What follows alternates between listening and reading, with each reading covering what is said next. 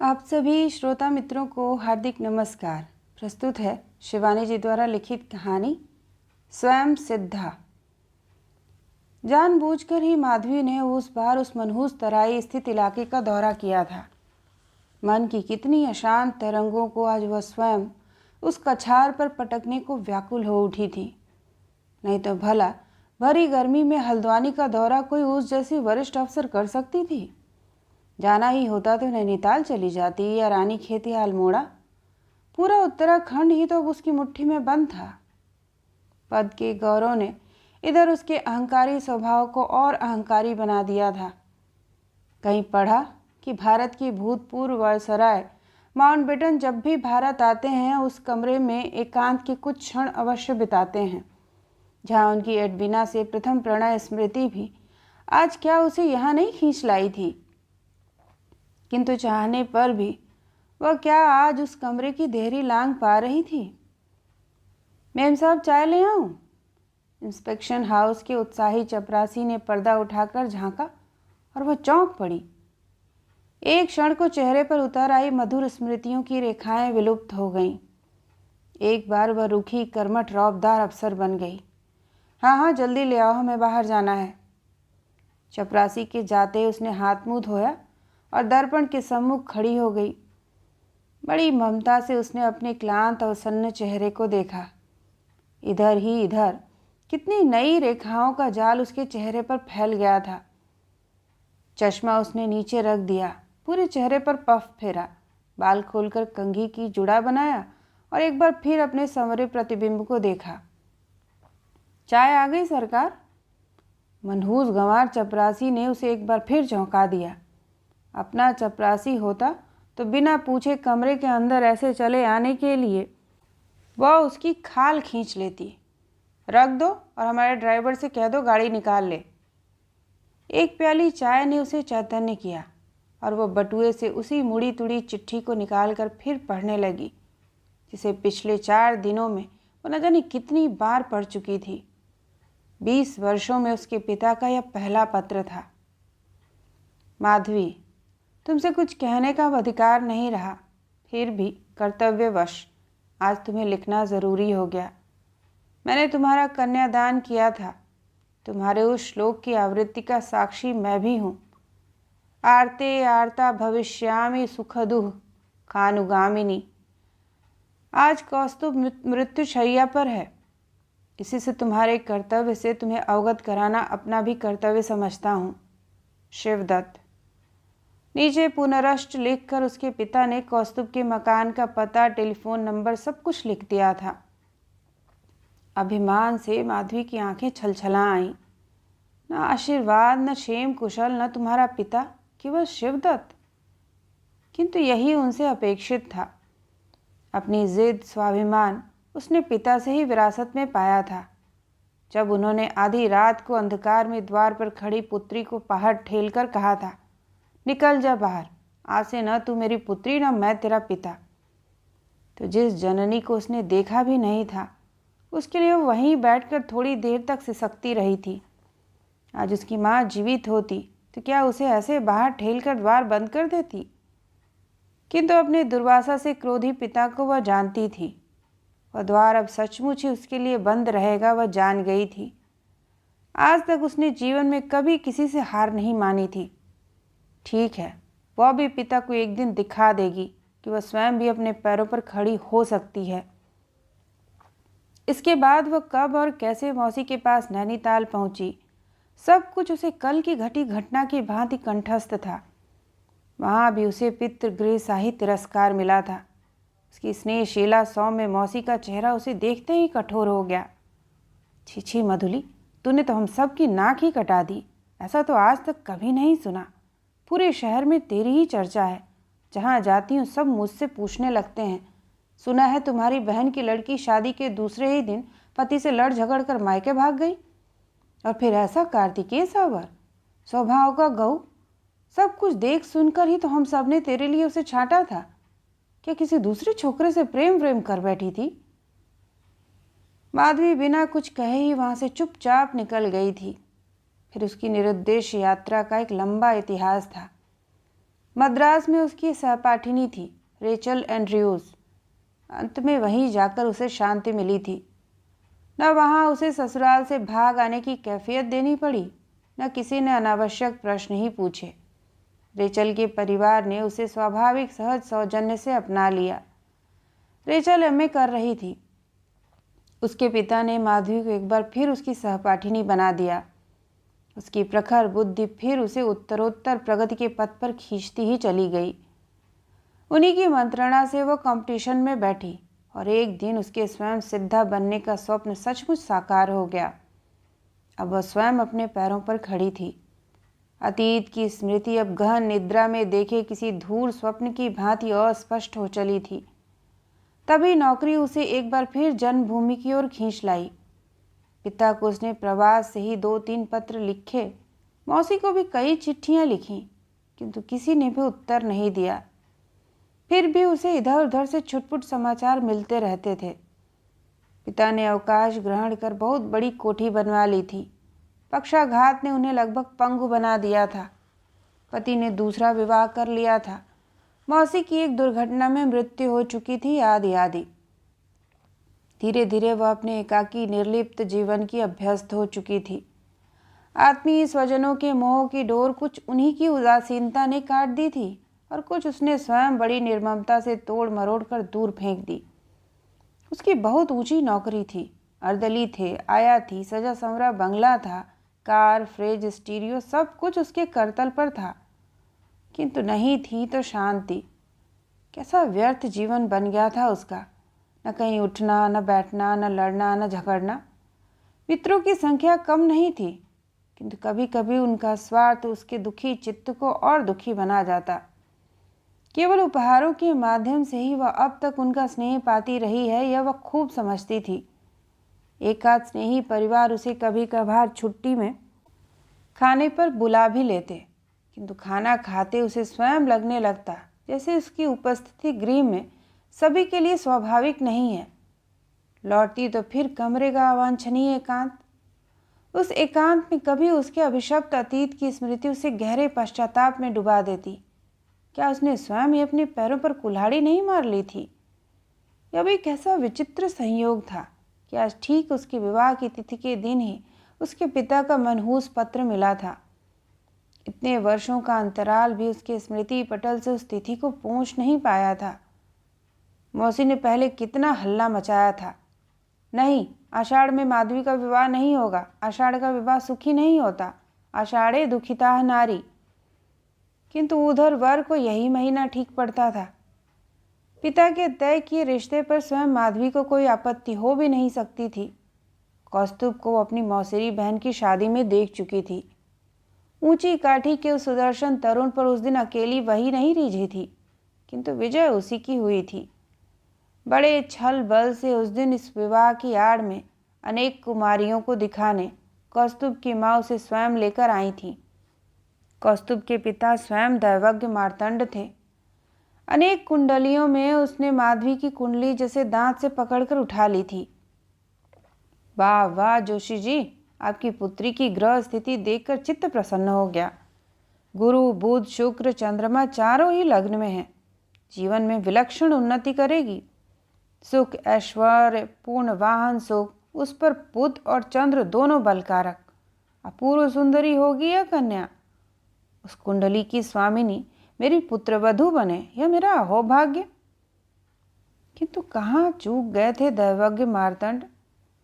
जीवन में उसने विलक्षण उन्नति भी की, ऐश्वर्य भी भोग रही है और उस घातक सौंदर्य की स्वामिनी भी रही है जो कभी उसकी नौकरी का सबसे बड़ा सरदर्द बन गया था।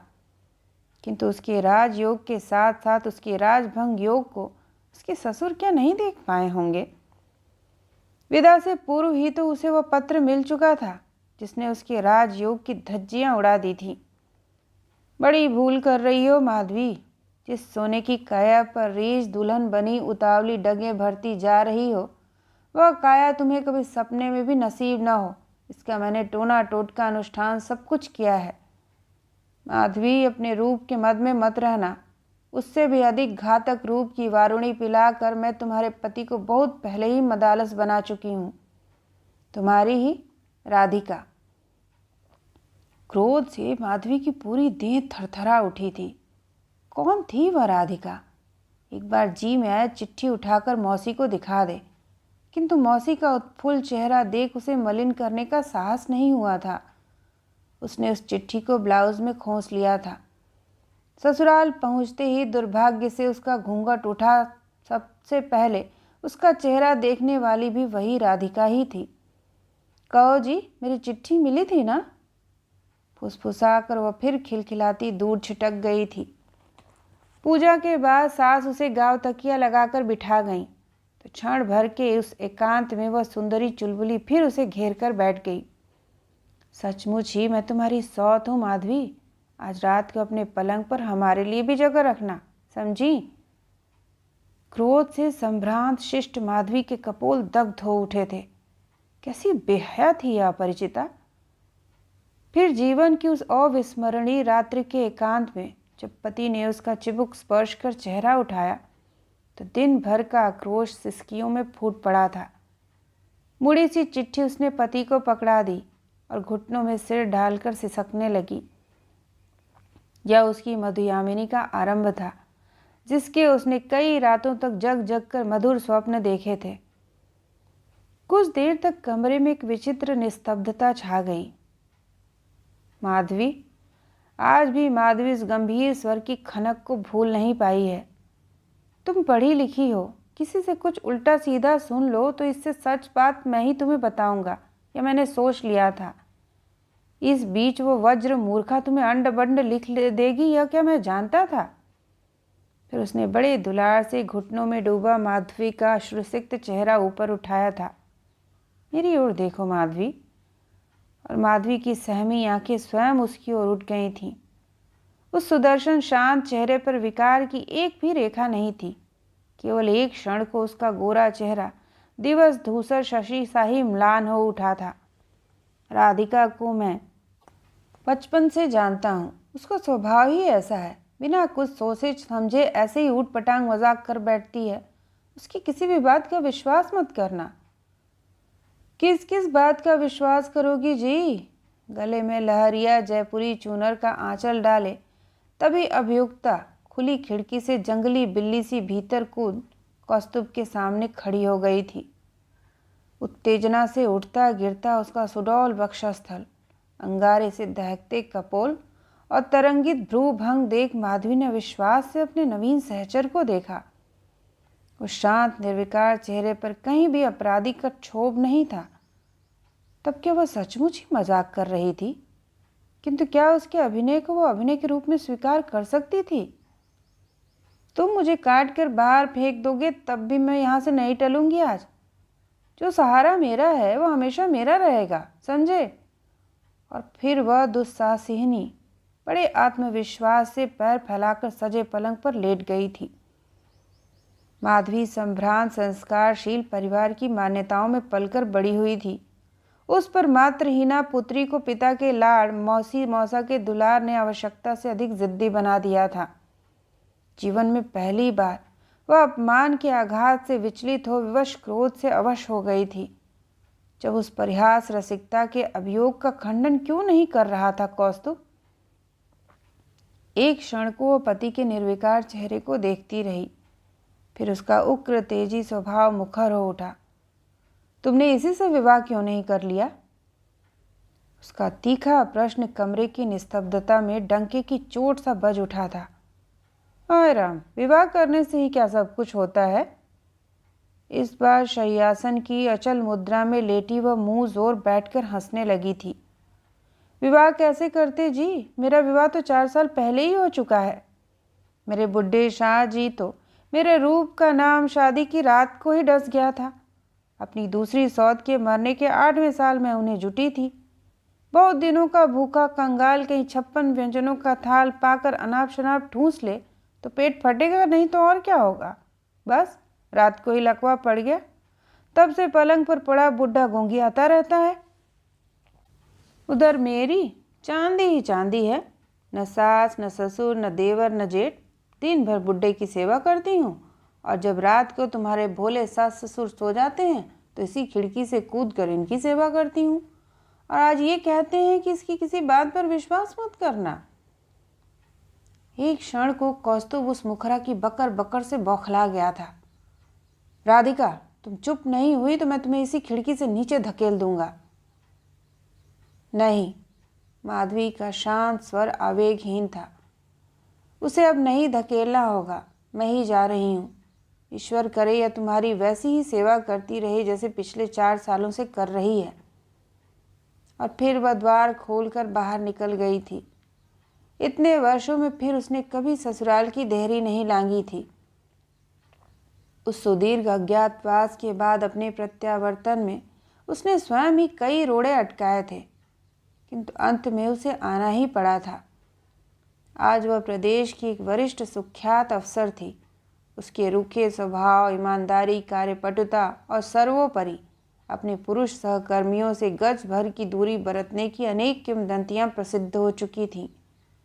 अपने अक्षत कौमार्य को वह जिस अमानवीय आत्मसंयम से 32 के बीच जीभ से सेंधती चली आई थी, उसका प्रमाण गहरी कठोर झुर्रियों के रूप में उसके पूरे चेहरे पर फैल उसके लावण्य को लील चुका था। नौकर उसके भय से थर थर कांपते, किंतु गृह के एकांत में वो फिर एक निरीह असहाय अबला बन जाती। रात को कहीं पत्ता भी खड़कता तो सिरहाने धरी पिस्तौल संभाल लेती। कभी गहरी तृषाक्रांता के मुंह से विधाता ने जोर से लबलबाता जलपात्र लगाकर बिना उसके पिए ही छीन लिया था। उसने उसकी तृषार्त करुण दृष्टि को अब भयावह रूप से हिंस बना दिया था। जानबूझकर ही हाथ में आई शक्ति का दुरुपयोग करने में उसके अशांत चित्त को अनोखी शांति मिलती थी। जहाँ किसी सुखी दंपत्ति को एक ही जिले में नियुक्त देखती, चट से अपने कानूनी आदेश से बिलबिलाती पत्नी का तबादला किसी दूरस्थ जिले में कर देती थी। इधर उसे एक लत और पड़ गई थी। पहले कभी नींद नहीं आती थी तो एक आध गोली खा लेती थी, किंतु अब अनिद्रा उसे नित्य ही पागल बनाने लगी थी। इसी से वो पैथेडिन लेने लगी थी। अनिद्रा के इस रोग का भी करुण इतिहास है। 1 वर्ष पूर्व वह अपनी उसी मद्रासी सहेली रेचल की मृत्यु का समाचार पा प्लेन से मद्रास पहुंची थी। उसके दुर्भाग्य से ही शायद उस दिन उसे लौटने में प्लेन का रिजर्वेशन नहीं मिला था और उसे ट्रेन से लौटना पड़ा। आधी रात को कंडक्टर ने द्वार खटखटाया। मैडम, दरवाज़ा खोलिए। आधी रात को पैथेडीन जन्य गहन निद्रा के बीच वह व्याघात उसे तिलमिला गया। उसका क्रोधी स्वभाव उस दिन उसकी जीवा को और भी तीखा बना गया था। नहीं, फर्स्ट क्लास के किसी भी यात्री को आप आधी रात को डिस्टर्ब नहीं कर सकते। आपको खोलना होगा मैडम। जो यात्री बाहर खड़े हैं उनके 2 बर्थ आपके डिब्बे में पहले से ही रिजर्व्ड हैं। किसी तरह साड़ी लपेट भुनभुनाती हुई वह उठी, चिटकनी खोली और मुंह फेरकर सो गई थी। उसके निद्रा लोक में सहसा प्रेतात्माओं से ही घुस आए सहयात्रियों को देखने उसे किसी प्रकार के कौतूहल या जिज्ञासा ने नहीं उकसाया, किंतु सहयात्री निश्चय ही शिष्ट थे। स्त्री फुसफुसाकर ही बोल रही थी और पुरुष के धीरे धीरे सामान लगाने की गतिविधि से ही वह समझ गई कि बेचारा ऐसा प्रयत्न कर रहा था जैसे तेज तर्रार सोने वाली की नींद में कोई व्याघात न हो। फिर उसे स्वयं नींद आ गई। किसी बड़े स्टेशन पर जब गाड़ी रुकी तो पौ फट चुकी थी। कॉफ़ी कॉफ़ी का कलरव सुनकर वह हड़बड़ा कर उठ बैठी।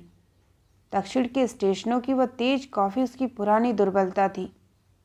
कांसे का गिलास मुंह से लगाया तो सहसा उस दिवंगता सखी का स्नेहालु चेहरा आंखों के आगे आ गया, जिसे वह कब्र में सुलाकर लौट रही थी। रेचल के पिता रेलवे में थे।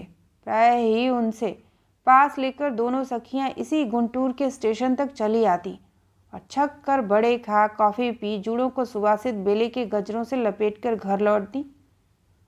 उसके असहाय एकाकी जीवन की वह ज्योति भी अचानक ऐसे तप से बुझ जाएगी उसने कभी सोचा भी नहीं था। उसकी आंखें सहसा छलछला उठी। उन्हीं डबडबाई आंखों से सामने की बर्थ पर नींद में बेहोश डूबे अपने सहयात्रियों को उसने पहली बार देखा। पुरुष पार्श्व परिवर्तन कर लेटा था, किंतु स्त्री उसी की ओर मुंह फेरकर सो रही थी। उसके मेद बहुल शरीर की भीम कटी की परिधि जैसे चौड़ी बर्थ में भी नहीं अट रही थी। सकपका कर माधवी ने दृष्टि फेर ली थी। कहीं जग गई तो बेचारी व्यर्थ ही अपदस्थ होगी। किंतु वह नहीं जगी। जगा तो पुरुष। अपने दोनों लंबे पैर झुलाते ही वह एक सामान्य झटके से ही नीचे उतर आया। एक पल को दोनों की आंखें परस्पर टकराईं और माधवी के हाथ का गिलास कांप गया। विधि का यह कैसा क्रूर परिहास था। वह आपात मस्तक भी बदल गया होता तब भी वह उसे पहचान सकती थी, किंतु उसे तो काल चक्र ने जैसे छुआ भी नहीं था। वैसे ही गंभीर आकृति, अतनु सा वही मनोहारी रूप। वह स्लीपर पहन बाहर चला गया। माधवी कॉफी वाले को पैसे देने लगी तो उसके दोनों हाथ कांप रहे थे। जिस घाव के टाके भी उसकी त्वचा में घुल मिलकर एकाकार हो गए थे, आज वही घाव किसी पुराने नासूर की भांति रिसने लगा था। इतनी रात को वह दूसरे डिब्बे में भी तो नहीं जा सकती थी। पाँव फटने पर भी दीवालोक धूसर था। उधर गाड़ी ने सीटी दे दी थी। उस लंबी यात्रा के अवांछित साहचर्य के विषय में सोचते ही उसके सारे शरीर का रक्त माथे पर चढ़ कनपटी पर घन किसी चोट करने लगा। हर वक्त इतने टेंशन में रहती हो माधवी, उस पर तुम्हारा रक्तचाप भी तो बहुत सुविधा का नहीं है। तुम्हारे दिमाग की नसें कभी फट गईं तो मुझे आश्चर्य नहीं होगा। कभी रेचल ने उससे कहा था। ठीक ही कहा था उसने। सामने हिडिंबा सी पसरी सौत की उपस्थिति फिर उसकी फड़कती रगों को शांत कर गई थी। निश्चय ही यह उसकी सौत थी। कौस्तुभ की माँ या बहन तो हो नहीं सकती, क्योंकि सास के गोरे उजले चेहरे और ननद की सौम्याकृति को वह एक ही दिन देखने पर भी अब भी पहचान सकती थी।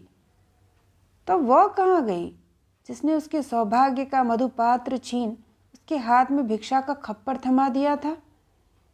हे भगवान, अभी वह गुसल खाने से लौट आएगा और निश्चय ही उसकी सौत से उसका परिचय करा अपना प्रतिशोध ले लेगा।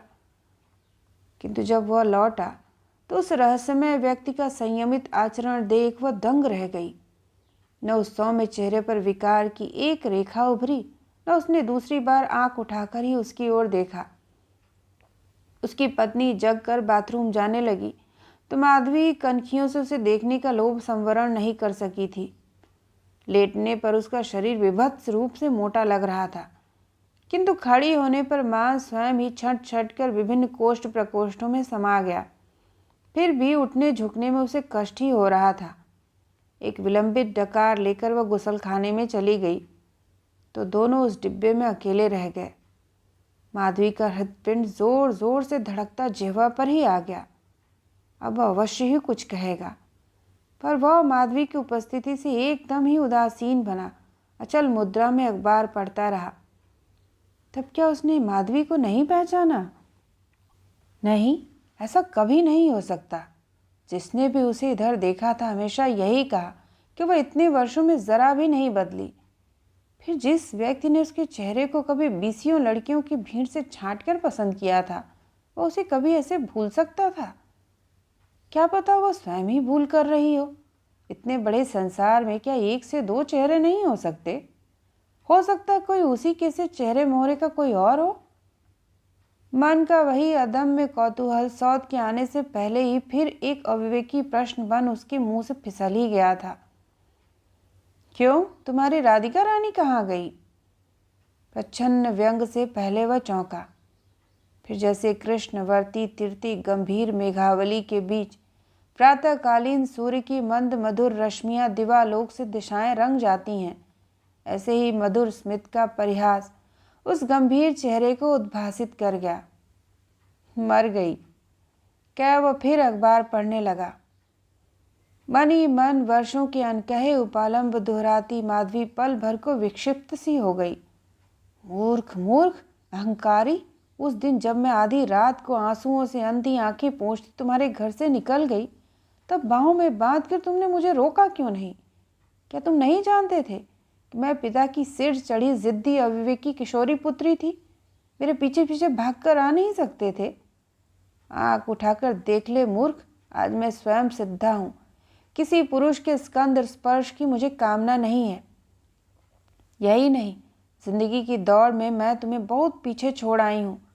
तुम्हारे व्यक्तित्व पर पैबंद सी लगी इस मोटी भुरकुस भैंस का बोझ तुम्हें जीवन भर ढोना होगा।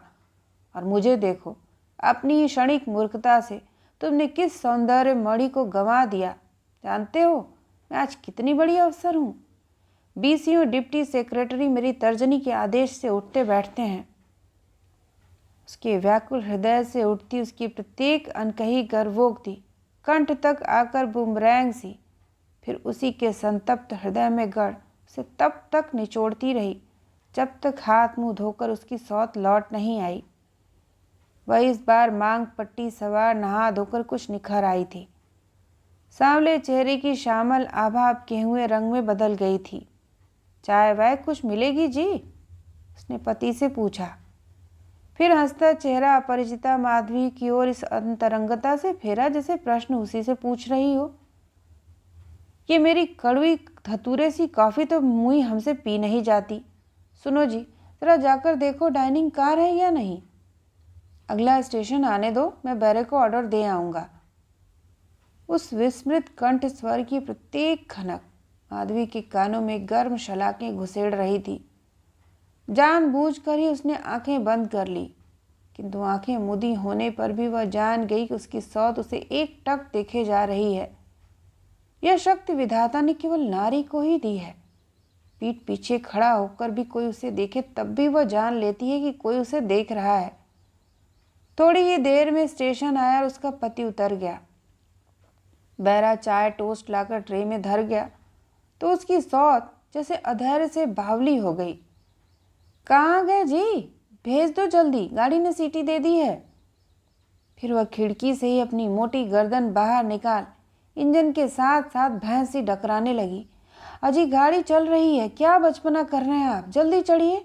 हाय राम, मेरा तो कलेजा ही धड़कता बाहर आ रहा है। उसने अपनी चौड़ी हथेली सचमुच ही छाती पर धर ली थी, पर क्या सांस की उन मोटी परतों के बीच वो अपनी धड़कन सुन भी पाती होगी? मन ही मन माधवी को हंसी भी आ रही थी। पति अधीरा पत्नी के बचकाने व्यवहार से खिसिया कर बर्थ के कोने पर बैठ फिर अखबार पढ़ने लगा। क्यों बहन जी, कहाँ जा रही हैं? चाय बनाती उसके और निकट सरक आई थी। वाह, अब तो खूब साथ रहेगा। हमारे छोटे लड़के की पासिंग आउट परेड थी जी। पहले देहरादून गए, फिर बड़े लड़के के पास वेलिंगटन गए थे, वहीं से लौट रहे हैं। लीजिए ना आप भी एक प्याला चाय। पति के साथ साथ उसने हंसकर उसकी ओर भी एक प्याला बढ़ाया। धन्यवाद, मैं चाय नहीं पीती। माधवी का स्वर शिष्ट होने पर भी रूखा था। हाय राम, चाय नहीं पीती? मैं तो सोच ही नहीं सकती कि संसार में कोई स्त्री ऐसी भी हो सकती है जो चाय नहीं पिए। मुझे तो खाना भले न मिले, बिना एक प्याला चाय के मैं बिस्तर से भी नहीं उठ सकती। ये बेचारे रोज मेरे उठने से पहले बिजली की केतली में चाय बना मेरे सिरहाने प्याला धर जाते हैं। सौतिया डाह से पहली बार माधवी की रक्त मज्जा दग्ध हो उठी। छी छी, ऐसी मुटल्ली पत्नी से भी कोई क्या इतना लाल लड़ा सकता है? वह फिर बड़ी उदासीनता से एक पत्रिका खोलकर पढ़ने लगी। उधर उसकी सौत कटोरदान के चमकते ढकने खोल पति के सम्मुख तरह तरह का नाश्ता सजा रही थी। एक बार उसने फिर 2 खुले डिब्बे माधवी के सामने बढ़ा दिए। अच्छा ये तो लीजिए, मेरे गले के नीचे तो यहाँ के इडली डोसे नहीं उतरते, इसी से ढेर सारा नाश्ता बनाकर साथ लाई थी। मुझे तो इतनी सुबह कुछ खाने का अभ्यास नहीं, मुझे प्लीज़ क्षमा करें। उसके स्वर का रूखापन इस बार करारे चाटे साही पास बैठे पति के गाल पर पड़ा। क्यों जिद करती हो? उसने माधवी से भी अधिक रूखे स्वर में पत्नी को डपट दिया, किंतु उसकी खाल निश्चय ही गैंडे की थी। नाश्ता करते हो फिर हंसती उसकी ओर सरक आई। आपके यहाँ किसी काम से आई थी? जी। माधवी के संक्षिप्त उत्तर में किसी निरर्थक लंबे वार्तालाप का आमंत्रण नहीं था। ओह, तब यही नौकरी करती हैं क्या? इस बार मूर्खा पत्नी की बकर बकर से खींचकर उसका पति उठकर बाहर चला गया और कॉरिडोर में निरर्थक चहलकदमी करने लगा। शादी नहीं हुई आपकी? नहीं। हार कर अखबार नीचे पटक माधवी ने चश्मा उतार लिया। हाय राम, अभी तक कितनी सुंदर हैं आप और शादी नहीं हुई? वह इस बार प्रश्न पूछते ही हंस पड़ी। उसकी हंसी की निष्कपट मीठी फुहार ने माधवी का सारा रूखापन धो पोंछ कर बहा दिया। चाहने पर भी उस विराट शरीर की भोली स्वामिनी को सौत के रूप में स्वीकार नहीं कर सकी थी। फिर एक बात और भी थी, कौन गत यौवना अपने रूप की प्रशंसा सुन उल्लसित नहीं होती। कितने साल की होंगी बहन जी आप? चमकती पुतलियों में किसी दुधमुही बालिका की सी जिज्ञासा तैर रही थी। बुद्धिमती स्त्री कभी दूसरी स्त्री की उम्र नहीं पूछती, आदमी ने हंसकर कहा। जानती हूँ, पर इसलिए पूछ रही थी कि मैं 12 की हुई तो 50 की लगने लगी हूँ। क्यों, है ना? मेरे मायके में सबकी भाड़ ऐसी ही है। कभी सोचती हूँ डाइटिंग करूँगी, पर अब डाइटिंग का क्या होगा? जब जवानी में नहीं कर पाई तो बुढ़ापा क्यों बिगाड़ूं? कौन अब मुझे दुल्हन बनना है? फिर ये तो है स्वभाव के गऊ, या भी डर तो नहीं कि इधर उधर मुंह मारेंगे। पान की डिबिया खोल उसने फिर माधवी की ओर बढ़ा दी। हे भगवान, क्या पान भी नहीं खाती? तब खाती क्या है जी? चरी भूसा? तो अच्छा हुआ, मैं चूना कत्था 1 ढोली पान सब इंतजाम करके घर से चली थी। नहीं तो यहाँ भला पान कोई खाने वाला खा सकता है? मरे चीनी पाक कर बीड़ा थमाते हैं। माधवी जितना ही उसे देख रही थी उतना ही उसका कलेजा ठंडा होता जा रहा था। देखने ही में नहीं, उसके उठने बैठने का तरीका भी उसके व्यक्तित्व सा ही थुलथुला था। उठती तो कभी साड़ी की भांजे ही सरसरा कर धरा पर बिखर जाती, कभी लंबे आंचल से बुहारी सी लगाती, कटोरदान का ढकना छन्न से नीचे गिरा देती और कभी सुराही लुढ़का देती। किंतु व्यक्तित्व कैसा भी ढीलम ढाल हो, उसका अलमस्त स्वभाव उसके सब दोषों को ढक देता था। जब रेल के फर्स्ट क्लास को उसने ऐसा कूड़ा घर बना दिया है, राम जाने घर को कैसा रखती होगी। माधवी यही सब सोचती अपने परित्यक्त पति को अपने सजे संवरे गृह की छटा दिखाने को मन ही मन व्याकुल हो उठी थी। एक एक तिनका जीभ से उठाकर रख देती थी वह। मजाल है कि पलंग पोष का एक कोना तो उठ जाए। पर्दे हर हफ्ते बदले जाते थे और किचन ऐसा झकाझक कि फर्श के दर्पण में कोई भी अपना मुंह देख ले। साड़ी पहनती तो चाहे पहनकर दिन भर मिट्टी में लोट पोट लगा ले, न एक भांज इधर न एक भांज उधर। ड्राइंग रूम की सज्जा में तो उसने अपना आधा फंड ही फूंक कर रख दिया था। दिल्ली जाकर उसने उस महिला की दुकान से फर्नीचर खरीदा था जो केवल 5 स्टार होटलों के लिए फर्नीचर बनाती थी। एक एक कुर्सी का उसने कभी अपने वेतन का 1.5 गुना मूल्य चुकाया था। रेचल के एक मामा विदेश में राजदूत थे। उन्होंने उसे एक अद्वितीय झाड़ फानुस भेंट किया था। उस उपहार के पीछे उस विधुर राजदूत ने अपनी गहरी डिप्लोमेटिक चाल का भी उसे आभास दे दिया था। किंतु उपहार का मूल्य चुकाकर ही माधवी ने उसे स्वीकारा था। मेरे जीवन में पुरुषों के लिए कोई स्थान कभी नहीं हो सकता मिस्टर डैनियल। आप इसका मूल्य लेंगे तभी मैं इसे लूँगी। बेचारे मिस्टर डैनियल अपना सा मुँह लेकर चले गए थे, किंतु झाड़ फानुस माधवी के ड्राइंग रूम की शोभा अब भी बढ़ा रहा था। टुनटुनाती कांच की सलाखों से मंद मंद विद्युत रश्मियों का इंद्रधनुषी जाल जब उसके गुदगुदे कालीन को रंगता, उसकी बहुमूल्य कुर्सियों की बाहों में पसर जाता, तो नर्सिस की मुग्ध दृष्टि से घंटों अपने वैभव का विस्तार निहारती रहती। कभी कभी वह अपने परिचित मित्रों को खाने पर बुलाती तो बेचारे कभी ऐसे ही भोजों पर दी गई उसकी रूखी हिदायतें स्मरण कर बच्चों को घर पर ही छोड़कर आते। शुक्ला जी, यह पायदान मैंने त्रिवेंद्रम से मंगवाया, कैसा लगा? मेज़बान के चतुर प्रश्न के बीच पैर पोंछने का प्रस्ताव बेचारा अतिथि स्वयं ही ग्रहण कर लेता था। मिसेस मित्रा, यह डिनर सेट कैसी लगी आपको? देखिए ना, वैसे तो सनमाइका पर मैट बिछाना मुझे एकदम नापसंद है, किंतु कभी कभी हमारी हिंदुस्तानी ग्रेवी जो दाग मेज़ पर छोड़ जाती है ना। अभागा अतिथि फिर क्या ग्रेवी की एक बूंद भी मेज़ पर गिरा सकता था? अरे, इस बार भी आप दोनों अकेले ही आए, बच्चा क्यों नहीं लाए? किंतु स्वर का उल्लास पूरे चेहरे पर फैल स्वयं उसके प्रश्न का असमर्थन कर देता। बेचारे अतिथि बहाना बना देते कि बड़ी को होमवर्क करना था, छोटे के मास्टर साहब आते हैं, आदि आदि। माधवी मन ही मन सब समझती थी और कभी कभी उसका चित्त खिन्न हो उठता। उसे बचपन में पढ़ी उस स्वार्थी दैत्य की कहानी याद हो आती जो अपने सजे धजे बाग में बच्चों को नहीं खेलने देता था।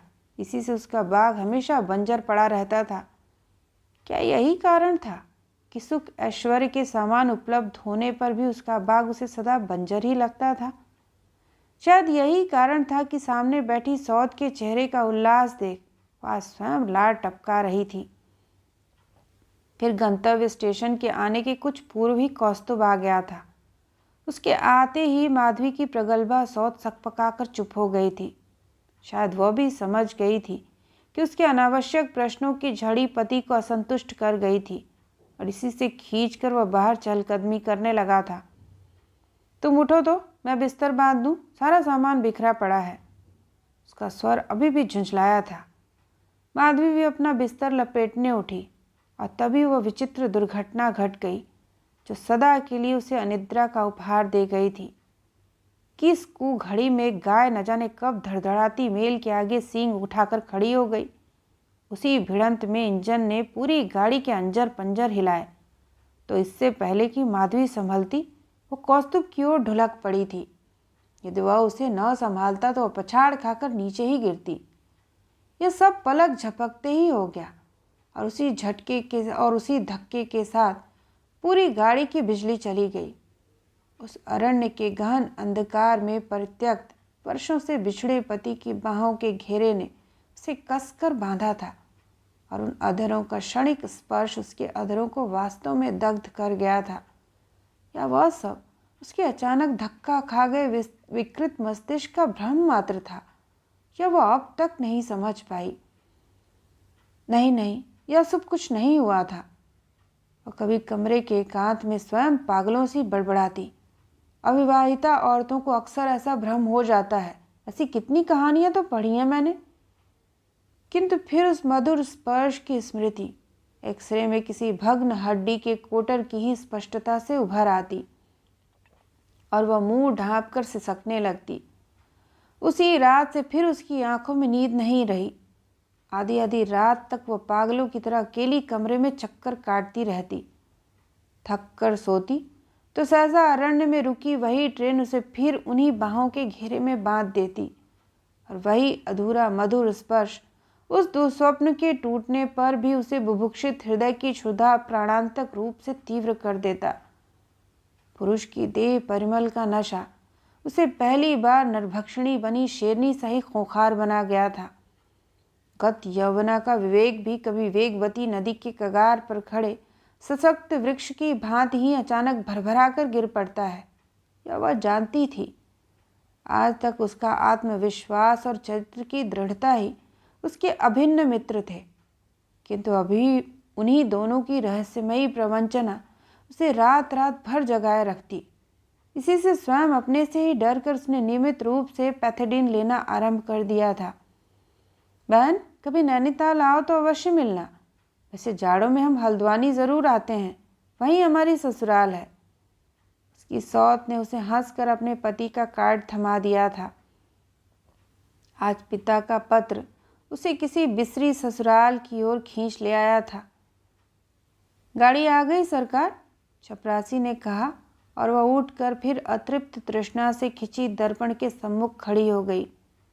वर्षों से संचित वही नीलांबरी साड़ी बक्से के तले से खींच सूटकेस में धर लाई थी। कभी इसी साड़ी पहनने वाली को जिसने बीसियों लड़कियों की भीड़ से छांटकर पसंद किया था, आज वह एक बार फिर उसी की रोग जीर्ण दुर्बल आंखों में पराजय की स्वीकृति देखना चाहती थी। कनपटी से झांकते सफ़ेद बालों को उसने फिर यत्न से चुन चुन कर दूर फेंक दिया और फूलदान में लगी एक अर्ध प्रस्फुटित कली जूड़े में खोस ली। होने को तो उसमें एक सुंदर खिला गुलाब भी था, किंतु जूड़े में खिला गुलाब खोसने की उम्र बहुत पीछे छूट गई थी। उसके होठों से एक लंबी सांस निकल गई। गुरुदेव की कविता की एक पंक्ति कभी उसकी बंगाली अध्यापिका मीरा दी ने उसकी ऑटोग्राफ बुक में लिखी थी। जे फूल ना फूटिते झरे छे धरणीते, जे नदी मरुपथे हारालो धारा। मीरा दी उसके अभिशप्त अतीत की पूरी कहानी सुन चुकी थी। इसी से शायद उसी के जीवन की व्याख्या उस पंक्ति में स्पष्ट कर दी गई थी। वह खिलने से पहले ही झर गया मुरझाया फूल ही तो थी, मरुपथ की पथभ्रष्टा नदी। कार में बैठते ही फिर उसने आंखें बंद कर ली। खुले कांच से आती तराई और पहाड़ के संगम की सुहावनी हवा उसे वर्षों की बिछुड़ी जननी के स्पर्श से ही मीठी लगी। कल्पना लोक की अद्भुत धरणी पर पग धरती और फिर नई दुल्हन बनी हल्द्वानी की अली गलियों से गुजर रही थी। बीच बीच में वर्षों पूर्व नौशा बने पार्श्व में बैठे कल्पित कौस्तुभ का स्पर्श भी उसे गुदगुदाता जा रहा था। बरेली का कामदार लहंगा, गुलबाग के रेशमी पिछौड़े की सेहरन, हाथ भर काली चूड़ियों की खनक, कुछ भी तो नहीं भूली थी वह। मिस साहब, यही मकान बताया आपने? ड्राइवर के प्रश्न ने उसे किसी ऊंची चोटी से नीचे धकेल दिया। हाँ हाँ ठीक है, उसने कहा। तभी किसी के विकृत विलाप की मींड ने उसे चौकन्ना कर दिया। तुम मुझे ऐसे क्यों छोड़ गए जी? हाय, अब मैं क्या करूं? माधवी ने ठीक ही सुना था। स्वर उसी मकान से आ रहा था। ड्राइवर द्वार खोलकर नम्रता से उसके उतरने की प्रतीक्षा कर रहा था, किंतु वह दोनों हाथों से बटुआ पकड़े बुत बनी बैठी ही रही। उसके जी में आया वह चुपचाप लौट जाए, किंतु नारी कैसे ही पाषाणी क्यों न हो, पावन अग्नि के फेरे क्या सहज में ही भूल सकती है। वह उतरी और धीर मंथर गति से चलती द्वार पकड़कर खड़ी हो गई। चादर से ढकी देह अचल पड़ी थी। कमरे में अगरबत्ती की गहन धूम्र रेखा के बीच भी उसने खुले चेहरे की भव्य शांति को देख लिया था। नहीं नहीं, मृत्यु के पश्चात भी जिसके चेहरे पर ऐसा देदीप्यमान तेज हो, वह जीवन में कभी कोई पाप नहीं कर सकता। स्वयं अपना ही गहवर शत्रु बना माधवी का गला घोंटने लगा। रुद्ध कक्ष में एक भयावह निस्तब्धता थी। पुरुषों के सिर झुके थे, स्त्रियां सिसक रही थीं। पति के सिरहाने बैठी उसकी सौत बार बार पछाड़े खाती टिट्टिब सा करुण विलाप कर रही थी। पास बैठी स्त्रियां आंखें पोंछती उसे बार बार संभाल रही थीं। माधवी चुपचाप द्वार की ओट में सिमटी एकटक उसे देख रही थी, जिसकी छाती पर गिर गिर कर न अब उसे विलाप करने का अधिकार था, न अपने वैधव्य के लिए आंसू बहाने का। उसकी आंखों में ही सूख गए आंसू और कंठ में ही सिमट गया विलाप भला सुनी कौन सकता था। मृत्यु के पवित्र घेरे में घिरी पति के उजले अतीत को एकदम खुली पुस्तक सा बाँच गई थी। निश्चय ही वह स्वयं दूती कुल्टा राधिका का क्रूर परिहास था। फिर भी उस मूर्खा ने पति का विश्वास किया था। घाट जाने का पूरा आयोजन ही करीब करीब हो चुका था। पूरे कमरे में प्लेटफार्म पर आ गई रेल को देखकर उठते भागते कुलियों की सी हड़बड़ मचने लगी थी। माधवी अब और नहीं रुक सकी। एक प्रकार से भागती पड़ती ही कार में जाकर बैठ गई और उसकी विकृत सिसकी ही ने ड्राइवर को घर चलने का आदेश दिया था। डाक बंगले के उस कमरे में वह द्वार बंद कर जाने कब तक विक्षिप्त सी बैठी रही थी। चपरासी बंद द्वार से ही मैं कुछ नहीं खाऊंगी, तबीयत ठीक नहीं है, सुन सहम कर चला गया था। अगरबत्ती के तीव्र सौरभ का धुआं उसके नथनों में बस गया था।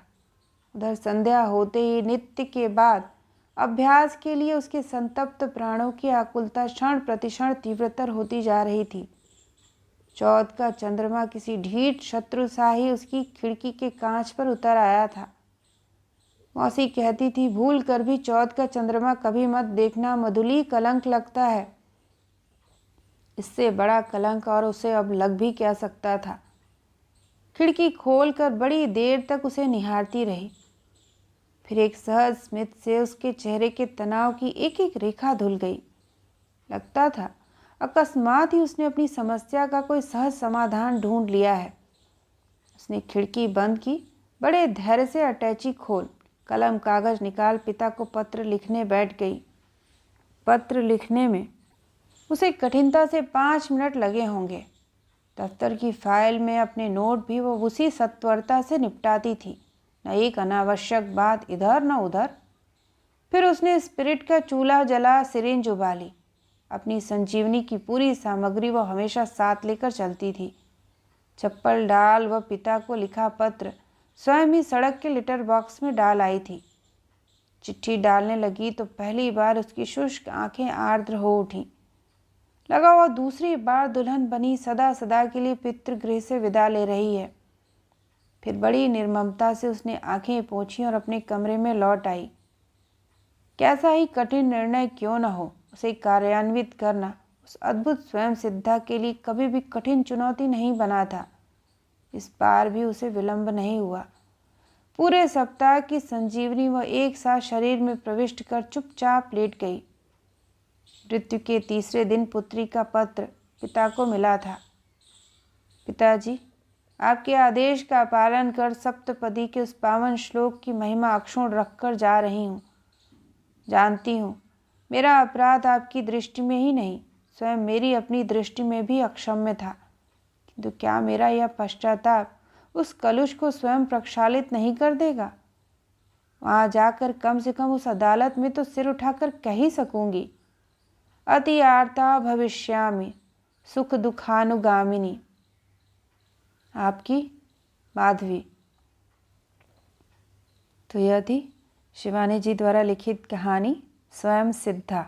सुनने के लिए आप सभी का धन्यवाद।